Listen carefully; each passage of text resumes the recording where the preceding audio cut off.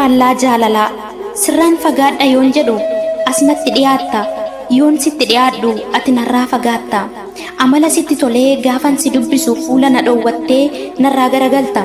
haalli kee naaf hin galu sagal jijjiiramta waan naaf dhiphattu fakkaattee dhukkuba koo na gaafatta ani dhibee maalan qabaa siif jecha kanan aadu jireenya koo dagadheera suma qofa kanan yaadu ati na yaaduu baattullee fageeffattee miila onneen koo yoo si gaafatu abdiin itti toraa jira yookaan kiyya ta'ii onnee koo gammachiisi yookaan kan kee miti jedhii abdii na kutachiisi maaliif naan taphattaa onnee koo rarraaste jireenya koos jibbeera yaadan na dhamaaste yaada keetiin cuubameen yaadan of dararaa si argachuu dhabeen hiree koo abaara jaalala dhugaa wallaaltee natti galte bitaa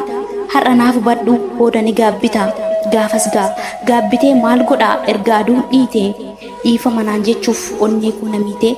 asan jira jedhii ergaa kee naaf kaayi dhukkuba onnee koof kootu daawwaa ta'i keessi koo si dheebotaa abdiidhaan si eega dhukkuba onnee koof daawwaa situ beeka.